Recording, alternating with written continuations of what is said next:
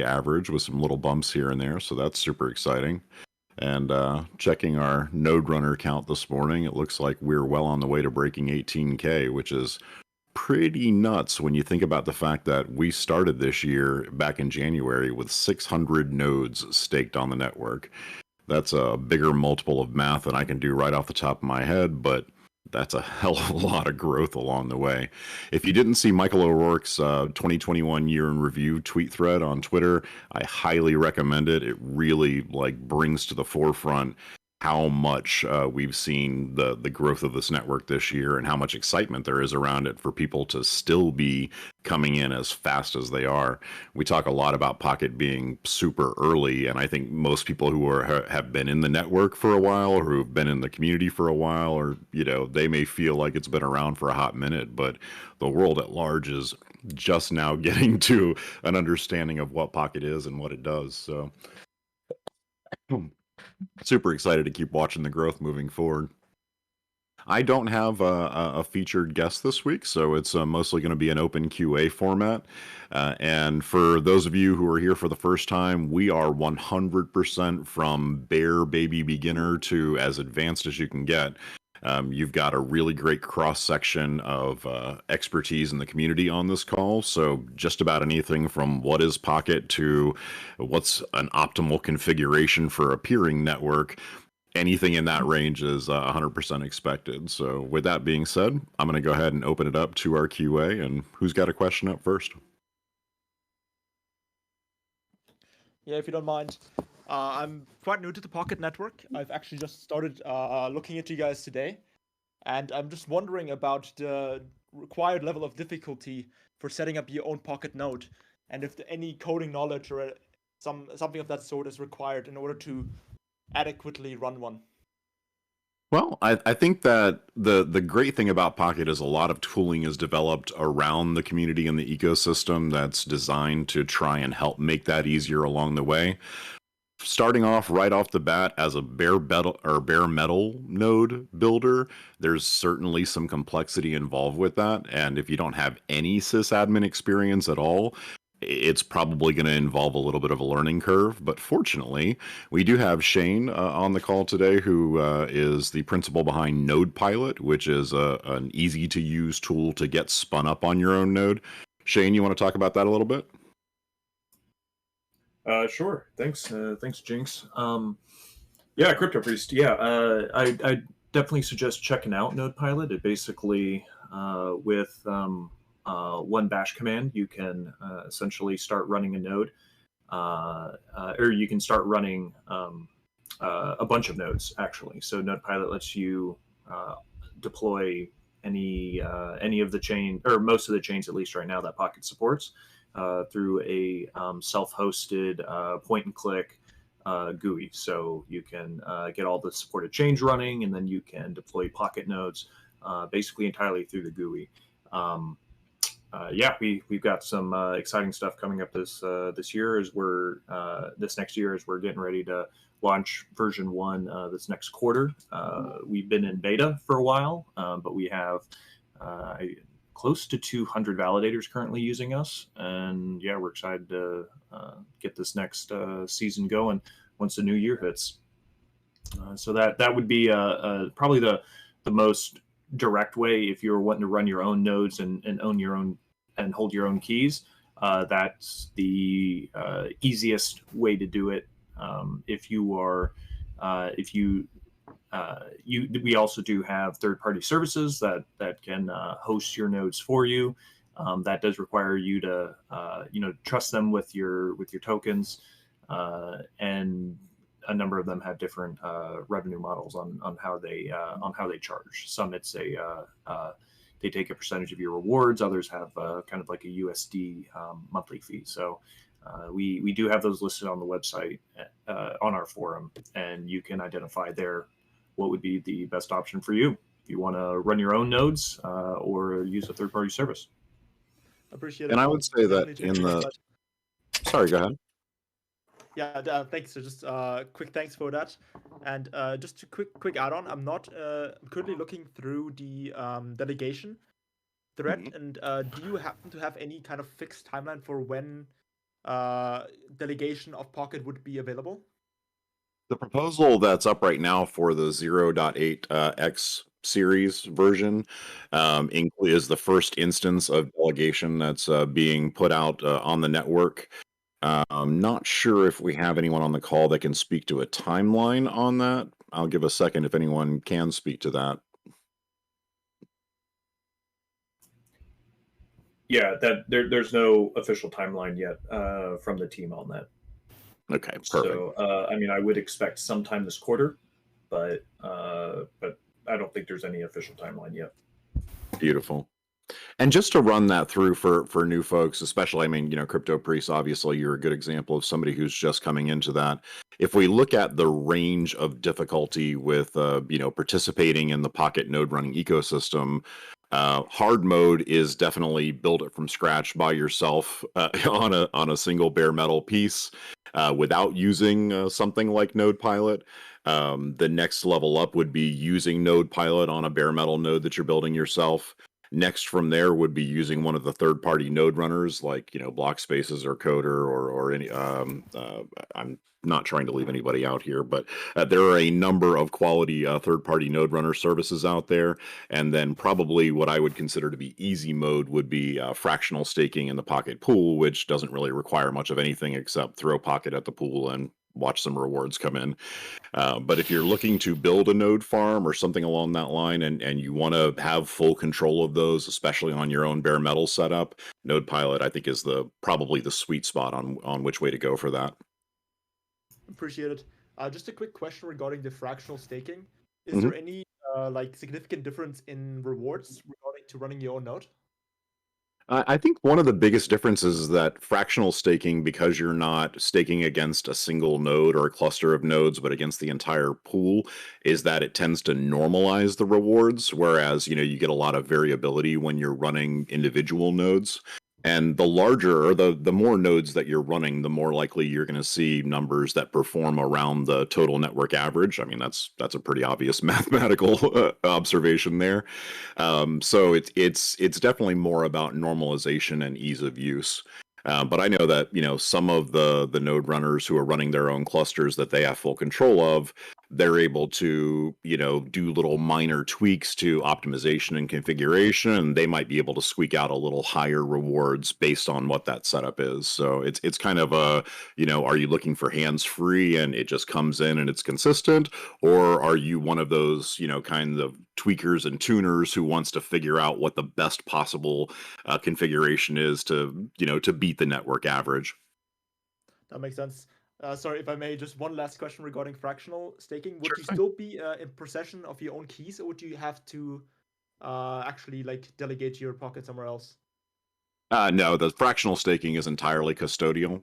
So what Okay. that looks like after the delegation comes out, I'm not entirely sure. That'd be something to talk to Tracy about over in the Pocket Pool. But it's entirely custodial at this point.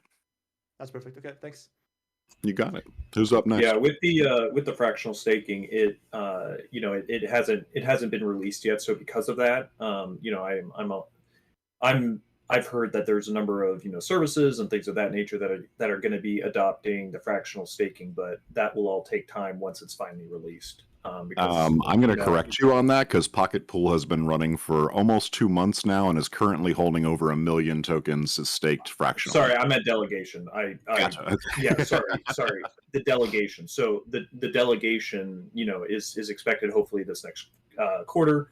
But just keep in mind that once the delegation actually moves forward and is adopted by the network, it's going to take a little bit of time for these services to add that to their to their systems, and it would still be relatively new. So even if the delegation gets past this quarter, I don't know if I really expect to see many services be able to adopt it before maybe the quarter after or something of that nature, just because it will take time to actually integrate. So keep that aware. And I've heard so far from some of the node runner providers that I've talked to, or secondhand from other conversations, that most of the node runner services are looking forward to delegation. It's something that allows them to reduce liability on their side. They don't want to be responsible custodially for your tokens, so I imagine that it's going to be a priority for all of them as fast as possible to try to get rolled out. So I just want to resurface that prior to Pocket Core RC 1.0, with PIP 9 consensus rule change for RC 0.80 is going to enable non-custodial operator addresses. You can read that in the forum for a deeper dive, but that's going to enable several different user journeys. Yeah, I mean, functionally, that's what we're talking about as delegation, right? It would be like pseudo delegation, but yeah, basically. Okay. Beautiful. Next question.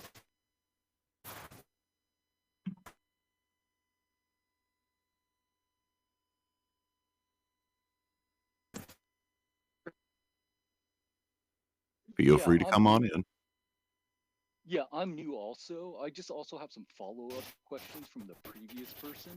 Sure. So you spoke about bare metal being optimal. Could you speak a little bit about, bare metal versus a cloud-hosted service like AWS that maybe you even have higher specs? Because Pocket Network has some videos about setting up your own node on AWS. So I noticed that some of the video refers to documentation that's a little outdated.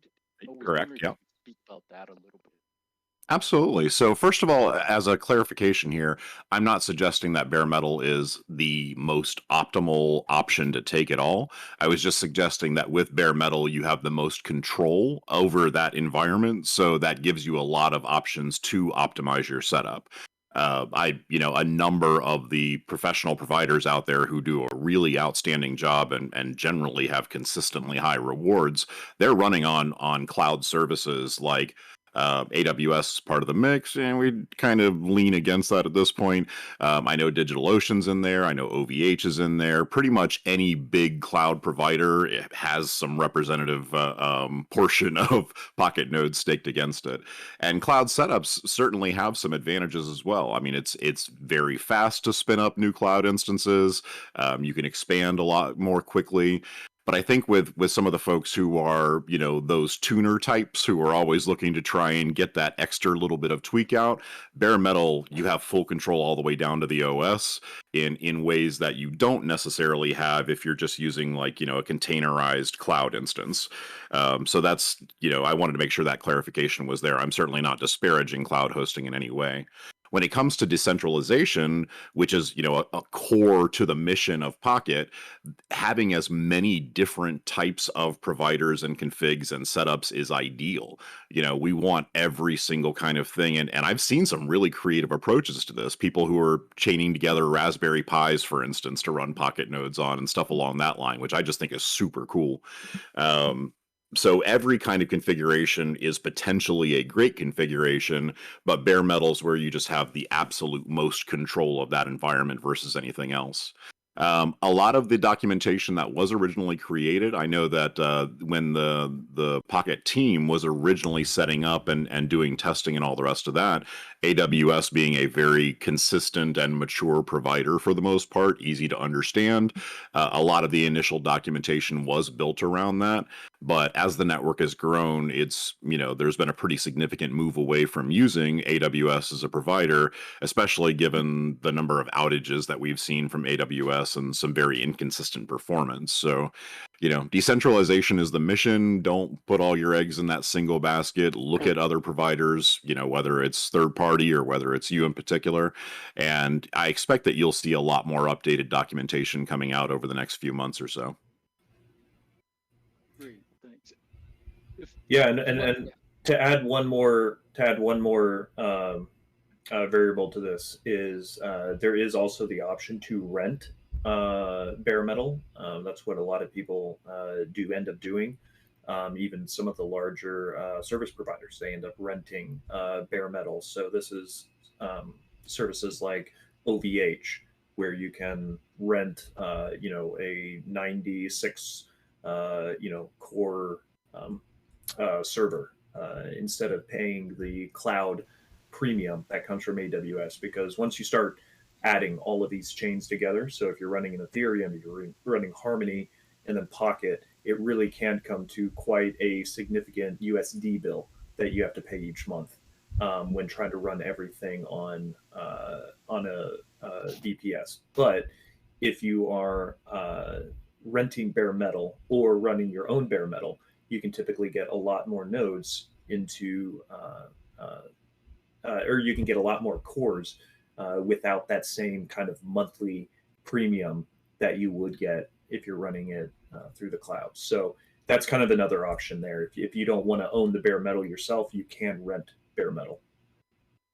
Absolutely. And one of the things that we've seen, because we meaning QSpider really, who's done the majority of that work, and by majority I mean like 99% of it, is that, while the upfront costs on bare metal are higher, I mean, your out of pocket cost up front to get a really banging server that's going to do well for node performance, that when you have it fully spun up, when you've got it there, you recoup that hardware cost pretty darn quickly. And I think the life cycle of that hardware means that over time, your costs will actually be less than if you're paying for hosted hardware services. Great, thanks. So I have more questions, but I'll just wait to see if someone else wants to go first. Hey, feel free to run it while you're in there, because that might spawn some other questions as well. Okay, yeah, just along the same lines about some of the documentation changing. I noticed some older videos and old docs reference like setting up like seed nodes, and then like different sections for a pocket node, a pocket validator node, and a seed node, but the new documentation doesn't. Do you know why that's changed?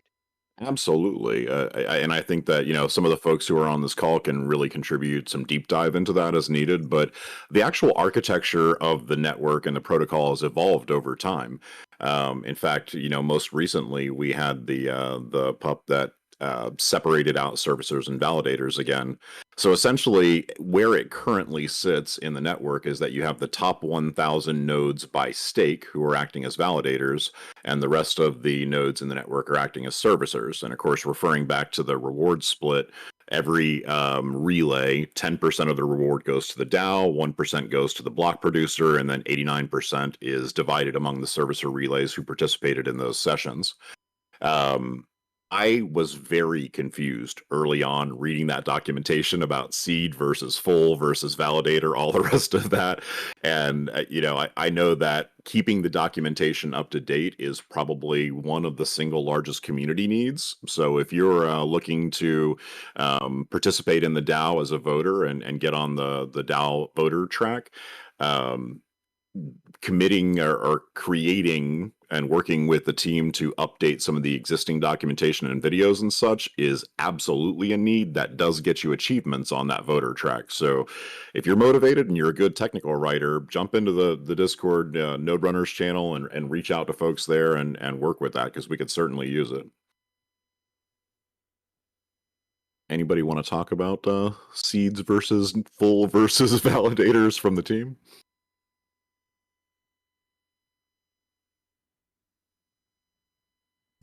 Yeah, Jinx pretty much hit the nail on the head.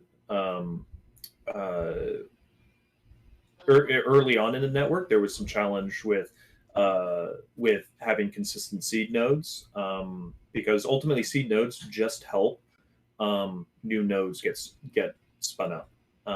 That's really it. All they do is when a new node needs to talk to the network, there's some static IP addresses that they can connect to get into the network, and then they start peering on their own, and then from there on, the seed nodes are no longer required. So at least for that node.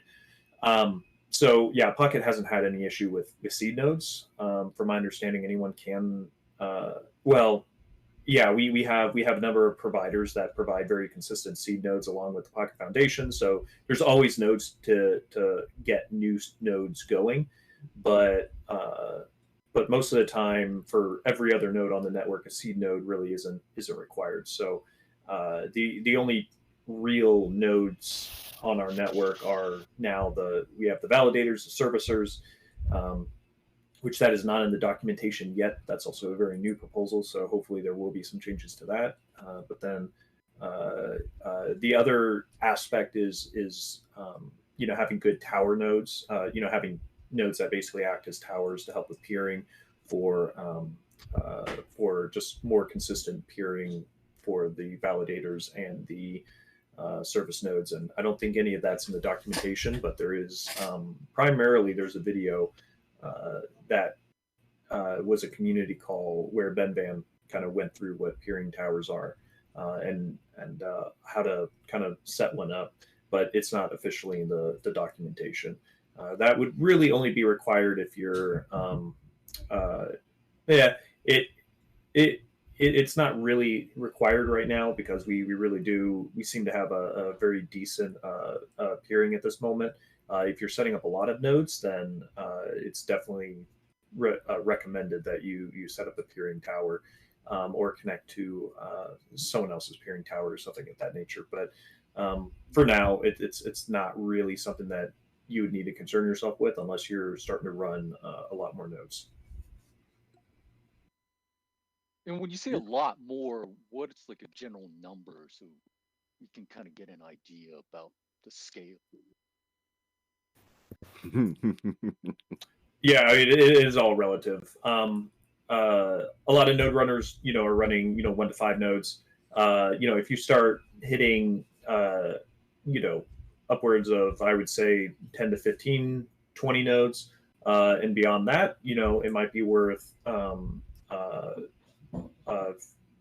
doing a little bit more work on the tower, on the peering side through a tower. And like Ben Van runs a tower that anyone can connect to. You just need to contact him, and then basically one of your 10 nodes can connect to the peering tower, and then you can peer all your other nodes to your node as a consistent peer that from the one that's connected to the tower. So basically, as long as one of your nodes is connected to the tower, you'll have the best peering. But like personally myself, I've run a lot of nodes, and I've never actually gone through the motion of setting up persistent peering, but I've never ran into any issues myself.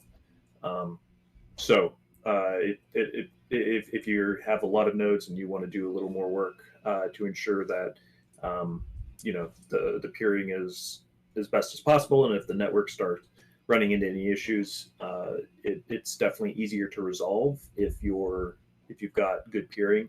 But if not, just a restart of the node will reconnect it to active nodes most likely. So it's not really a huge need right now. It was a really big need when we were running into a lot of peering issues, but since larger node providers all started peering together, there's a lot of really good nodes that when you connect to the network, chances are you're going to be connected to one of those good nodes, and you won't have to worry about peering. Beautiful. That help answer the question? Yes, thanks. Awesome. All right. So who's next up?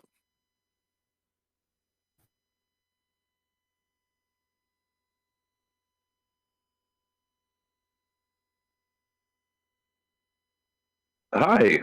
I was wondering if I could ask, and this already probably been asked before, about hardware wallet support and multi-sig support for node runners and users in the future. Absolutely. And the first rule of Node Runner office hours is we don't care how many times it's been asked, we'll answer it again. Right now on the timeline, ledger support is one of those milestone features that's out there. I don't know, I don't have any good sense of at all of when that's going to drop, but I know it's something that's a priority. And there's also a a project that is in progress, I believe, for a desktop wallet, so that you have an option aside from the web wallet. I suppose somebody from the team can speak to that. But ledger support in particular is something that I've heard mentioned in a previous monthly meetup call as being, I think it was actually in the December monthly meetup that they mentioned that ledger support was in progress. So that's something that I'm hoping that we'll see soon, and I intend to buy a brand new Ledger Nano just for Pocket once that happens. As far as multisig goes, we've had some conversations around that in the community, but I don't think that I've heard anything from the team at all on that. So is there any sort of like, hey, this is on our radar, or what's the deal with multisig? I don't know anything about multisig myself. As it being under active development. I would almost go to venture to say that multisig probably won't be a priority until we get to V1, Pocket 1.0. Ideally later this next year. So I don't know if I've never heard of multisig being a priority for zero. RC 0 point. We're at 7 now, but yeah, RC 0 point whatever. So that might need to be a V1 feature because even if we were to implement it for 0.x, it would likely change once we hit V1. So it'd be only temporary that multi-sig scheme would actually work. That's at least my understanding right now. Ledger is in active development, though, so that is in active development. Beautiful. Cool. Is there any anywhere to follow this thread? I did see a reference to Ledger support in the roundup, as well as some references searching through the Discord, but I didn't see a most appropriate place to ask or track this the development of that to keep up to date with it. That's a good question. I mean, we obviously see the announcements channels when things come out. Node Runner's channel is very active from a technical questions and answers perspective, so I expect that we'll probably see some updates there along the way as some of the stuff comes out. But aside from the devlog on the Wrapped Pocket Network site, I'm not aware of anything that is, a hey, here's what's happening in the next 2 versions type update. Usually announcements are more like when it happens. So maybe that's something for the Pocket Comms team to kick around on putting together. Yeah, I'm not aware of following the weekly and monthly newsletters. Mm-hmm. Yep. Yep, exactly. I was gonna say the same thing. Those newsletters will typically have little tidbits on if there's been something notable. I don't know if people are familiar with Ledger on terms of in terms of how it essentially works, where a coin needs to do their own integration. So it's under development right now. Actually creating the plugin that would connect Pocket Network to Ledger's software. So I don't know if there's really much like play-by-play updates to give, other than it's in active development right now. But if there is any updates, it would most likely be, as Alberto said, in the weekly updates newsletter. And I'll also say that, whenever we hear confirmed updates, and by we, I mean the community at large, there's often a rush for us to try to get to Twitter as soon as possible to be the first person who drops that info. So, when those updates are confirmed, if you're following the Poctopus on Twitter and of course, the main Pocket Twitter and various other community leaders on Twitter, I expect you'll see it flood across your timeline pretty darn quickly. Gotcha. Yeah, I was just trying to get a sense if it was like first half of next year or later. But I'll keep an eye on all It'll the definitely news be for them. in the first half of this year, like pretty soon. Would be my guess. Yeah, I had heard Q1 was probably a likely target for Ledger support, so I'm hoping that bears out. We'll see. Fantastic. That answers my question. Thank you. You got it. Who's next?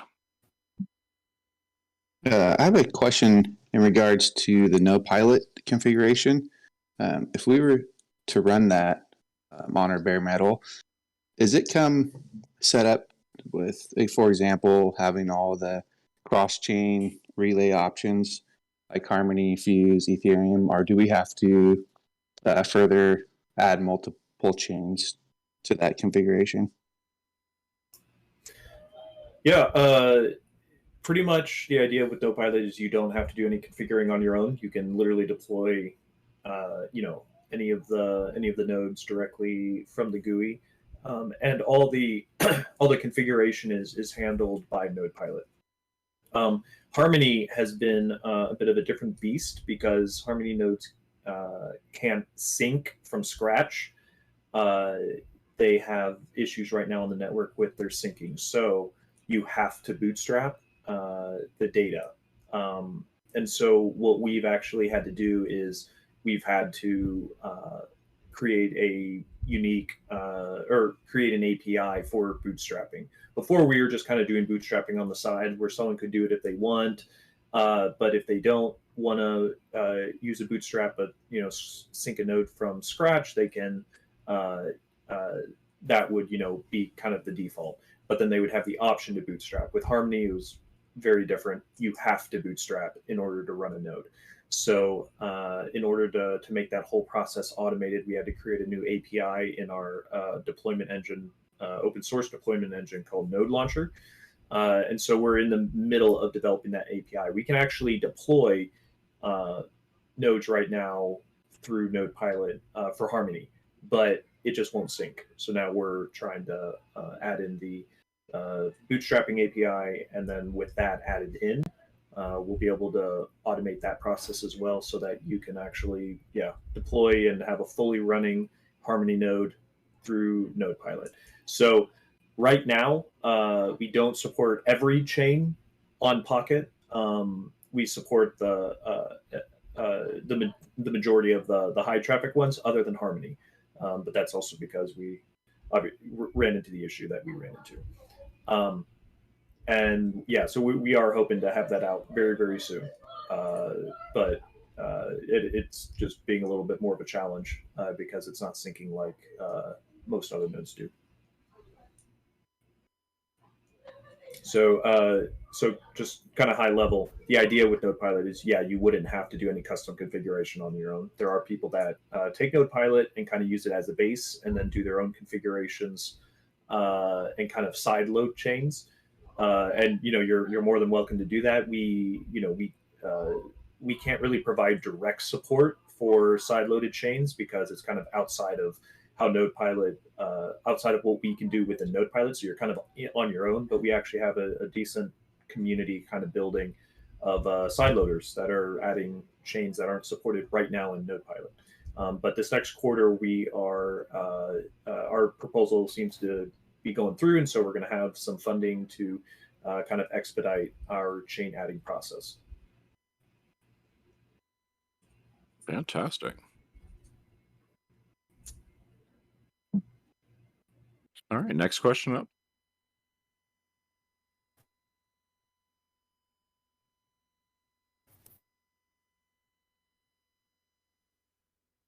Don't be shy, big or small, they're all welcome.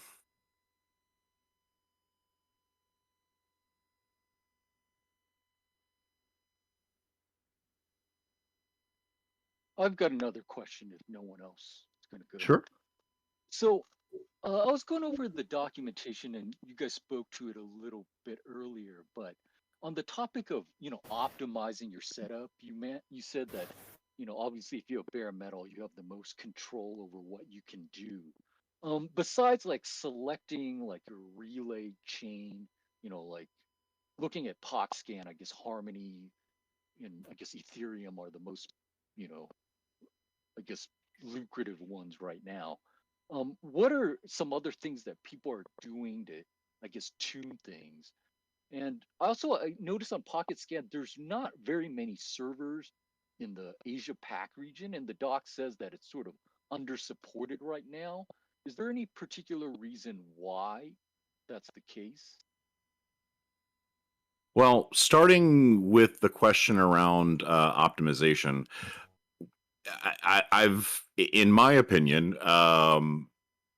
Pocket is kind of like chess. It's one of those things where it's not difficult to learn how to set up a node, but mastering node performance is something that can take a lot of time to really understand all the ins and outs of it. One of the biggest considerations that we've seen is IOPS speed in your storage. If you're trying to run on some, consumer level SSDs, you're just not going to get anywhere near the performance level that is required to do well. At this point, I think NVMe and enterprise class NVMe is probably a bare minimum to perform well. And even then, you should be looking for high IOPS. Some other things along that line are, watch the previous Ben Van videos regarding peering architecture in the network. Ben Van is kind of our wizard of figuring out network architecture tweaks and hacks. And his explanation of how to create peering towers and optimal peering strategies is definitely very, very important to your overall performance. And then there's just a lot of other little things along the way, stuff that might not affect normal transactions in a server, uh, can have a remarkably outsized effect on how performant your node is on the network. I mean, when I was brand new to this and dumb as hell about how it all worked, I was talking to Nacho, Alex, and he was asking about like our relative ping on the network, relative node latency, and I was like, yeah, I think it's pretty good, we're around 110 milliseconds or so. And he's like, yeah, no, you need to be down in the teens.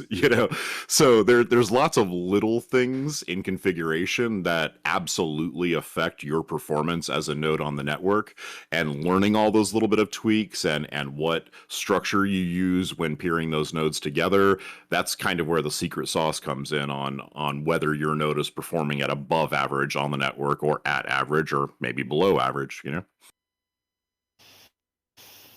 Now, the second half of that question, I think you're going to have to kind of restate for me again, because I was still thinking about performance and you went off in a whole different direction. Yeah, sorry about that. Um, yeah, well, maybe I could just follow up on your reply. Sure. So, according to the docs, there could be some latency issues between like your end user, pocket node, blockchain data node, and so on. Are a lot of people setting up their own, I guess, blockchain data node? Oh, absolutely. I mean, it's one of the, like, in the journey to trying to find the least amount of latency in a transaction possible. I think a lot of folks who are running nodes, especially bare metal nodes, are really putting a lot of thought into, okay, how do we architect this, how do we construct this, and where are places and ways that we can reduce fundamental latency, right? And probably the easiest route to optimal performance is, having your nodes live literally on the same exact server as your or as your blockchain nodes, so that the only latency that you're dealing with is the bus speed latency, which I think is probably about as fast as you can possibly get. So in a lot of bare metal setups, you'll see that people will have one or two or three or four blockchain nodes that are living on that server, and then will build up their pocket servicer nodes in exactly the same space, because that gives you the shortest distance from point to point. But then other considerations are, if you've got a distributed network, where are those things located physically? No matter how good your bandwidth is, you've still got those speed of light considerations. And if you've got, a server over on the East Coast and a server over on the West Coast, and you're trying to have those two be peered together in transactions, you're going to encounter some, just real-time network latency along the way, no matter how big your bandwidth is. So, like those are all the kinds of questions, when I say that it can take a lifetime to master, it's figuring out all those things exactly. That optimal stack. But for us, I think we've seen the best performance when the blockchain node lives on the same server as the servicer relays or servicer nodes themselves. Yeah, and just to add to that, you have you just have to take into consideration that every single bounce is adding more latency to a call. So that's why, if you are setting up, however you're setting up your nodes, regardless if it's bare metal, regardless if it's in the cloud, when you do that, you do want to make sure that the latency between your Pocket node and the validator, or the validator and the chain nodes, is small as possible, because that will just add latency. If you have your chains hosted somewhere else, and then your Pocket validator is hosted in a different data center or different cloud provider or something like that, that's just going to add more latency. And already, it's starting to get competitive with trying to get the latency between your gateway, between the Pocket gateway or the Pocket portal and your validator. That's where essentially the most latency should be. And they are going to be updating the portal to where there's more than 5. Right now there's 5 gateways. And so the nodes closest to those gateways are the fastest, which ultimately can produce better rewards. But they are now going to be adding 10 more regions, so there's going to be 15. So there's going to be more regions that people can kind of deploy into to hopefully optimize, their latency within that region. So that'll be something that's going to be coming down the pipe to help with that. And to your other question about why Asia is underserved, the reason is mainly because there's just not a whole lot of options when you are wanting to either rent bare metal, or if you're wanting to use something like AWS. It just ends up being very, very expensive. From what I've looked, it can be up to 3 or 4 times what it costs to run a node here in the States, or in Europe, where there's a lot of internet and cloud infrastructure. But once you start looking at Asia, there just seems to not be as much services out there. So that is the reason that there seems to be a lot less support right now for Pocket, or like a lot less Pocket validators running in Asia specifically. But with these new, some of these new upgrades that have been going through the network, and the fact that they're now moving to 15 gateways, that could change. There could be a real advantage to operating nodes in Asia. But yeah, at least that's the reason that traditionally there's just less options, and then the options that are there are significantly more expensive. There you go. So, next question.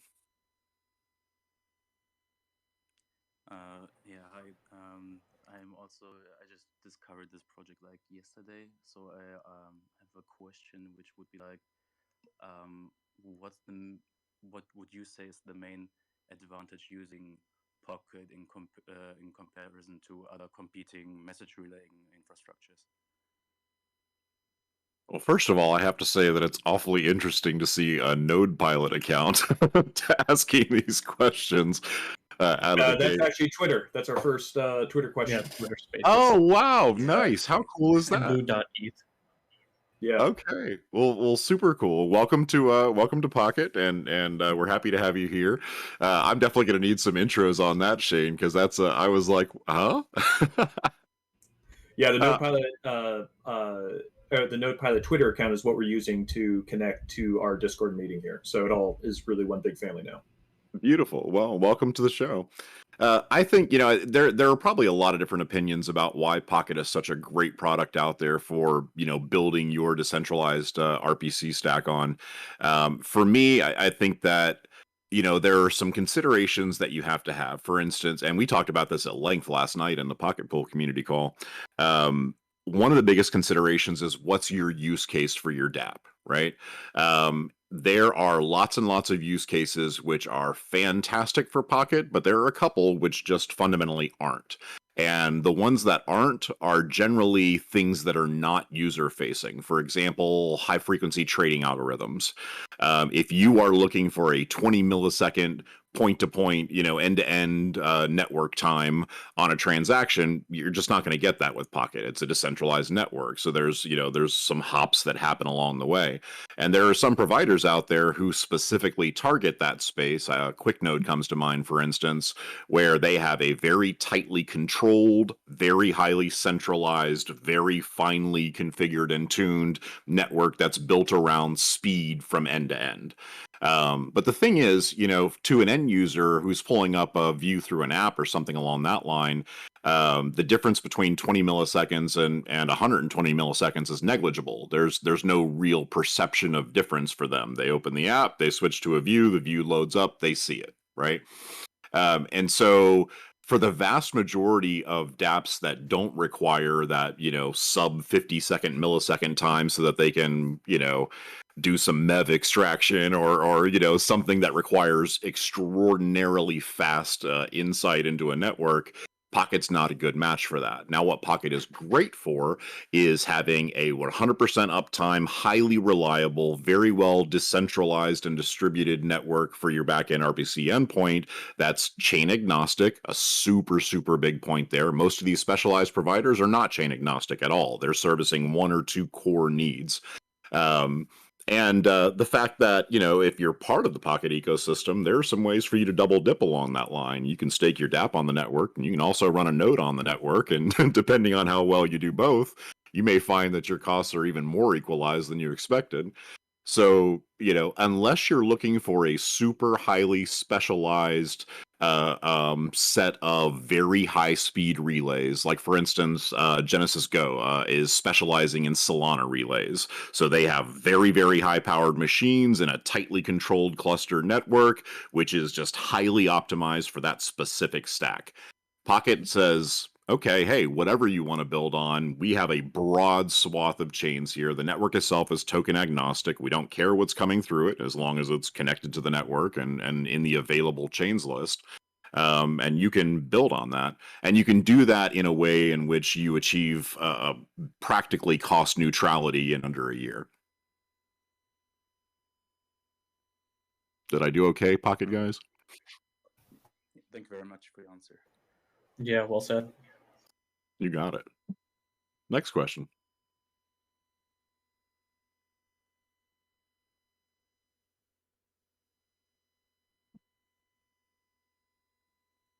And any other folks out on our Twitter spaces, especially, that was kind of cool.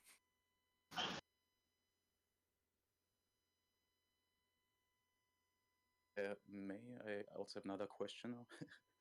Absolutely. Have you seen in the current mainnet, have you seen any types of malicious behavior from some subset of nodes? Ooh, that's an interesting one. And I don't know that I can answer that directly. Maybe some of the core Pocket team has. I have not seen anything that resembles intentionally malicious behavior. We've certainly seen a couple of instances where bad data was being transmitted. And there are some things that can happen, like with people who maybe stake against a blockchain before they've fully synced their blockchain node. That can cause some bad broadcasts or whatever. But I haven't seen anything malicious at all. Shane, Albert. I'm not aware of any malicious behavior or attacks on mainnet. Yeah, I would suggest that it's probably pretty difficult to pull something like that off.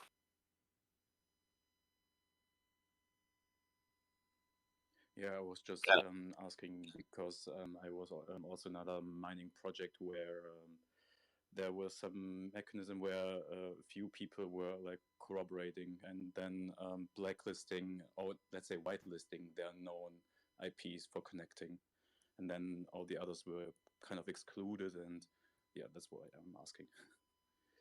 Yeah, So it's an interesting blacklisting. question. We've had a few different people have asked about some of the security mechanisms of Pocket in the past, and I've actually done a fair amount of learning along the way, mostly because Michael will DM me and go, "That's not exactly correct," and provide me some real time education. But things like 33% attacks in proof of stake transmissions and such, I think are a lot harder with the Pocket protocol according to the actual protocol design.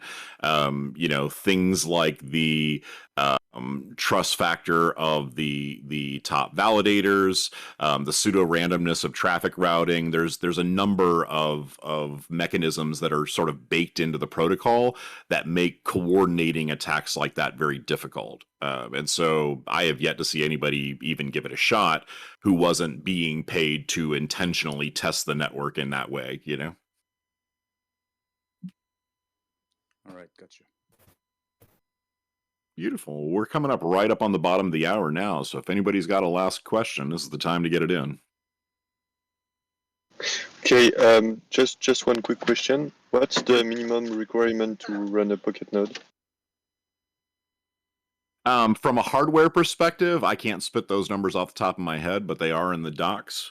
And then, of course, there's a 15K minimum stake, although you absolutely want to include some buffer on top of that to account for transaction fees and such. I think the smallest that anybody is staking is probably around 15,050 Pocket. But generally most of the third-party node runner services require a little more than that just to make sure that everything's groovy. So probably, more like 15,350 or 15,375 or something along that line. But as far as the hardware requirements go, check the docs. There's a minimum and a recommended setup there. And I know that, on the bare metal stuff that we've been building, we go all out. High-end NVMe, a terabyte of RAM on each server, a dual CPU, 32 core, like AMD EPYC setup. It's definitely beefy enterprise class server hardware. I'm not sure if the docs have been updated yet, but the minimum storage requirements would be probably 200 gigs and 4 dedicated cores and 8 gigs of RAM. Ooh, there you go. Okay, thanks a lot. Yes, from a hardware perspective, storage is just one of the single most important factors along the way, I have to say. It's, we've looked at like adding more RAM and adding more cores and all the rest of that. None of that seems to have as much impact on performance as the IOPS of your storage, and then making sure that you have enough storage. We started off, I think, with 100 gig instances or 150 or so, and that definitely became not quite enough pretty quickly as the network grew in size. Yeah, I think the blockchain, to account for growth, you should probably double it.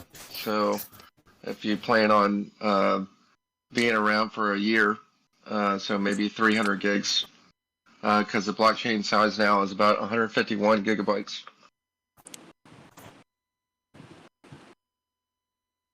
Beautiful. Any other hardware gurus on here want to chip in on that?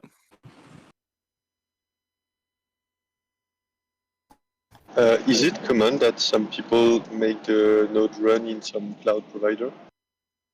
Oh yeah, very common. Absolutely.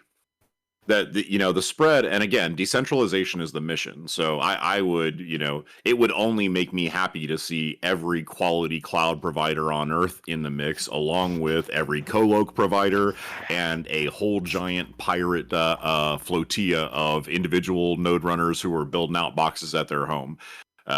So, whichever config is good for you, except I lean against AWS just because of their notable unreliability, especially in the last few weeks, and the fact that they're an expensive solution. But that's my opinion and not representative of the opinions of Pocket Network. Okay, got you. And yeah, so I had a problem when reading the doc to install the Pocket client. I guess I will ask the question in the Pocket chat. But who should I DM in this kind of if there is feedback on the doc or something is broken? Yeah, I mean, the Node Runners channel on the Discord here is probably the single best place for that. Not everyone is online all the time, obviously, because we're a global organization and people are in all different time zones and such. Although many of us are centered in the Eastern time zone in the U.S.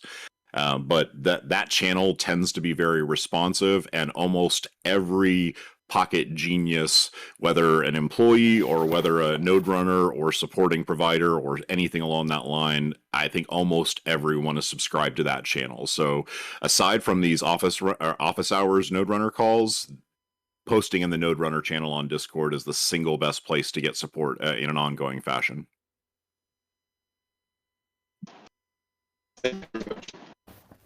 Beautiful. Well, that takes us to the top of the hour, so that's going to be a wrap for this week's office hours call. I am very much looking forward to seeing all of you next week, and bring your friends. And again, I am Jinx at the Poctopus on Twitter, so check me out there as well. And I appreciate y'all showing up. And we'll talk soon. Thank you. Thanks, Jinx. All right, thanks, Jinx. Cheers. Thank you.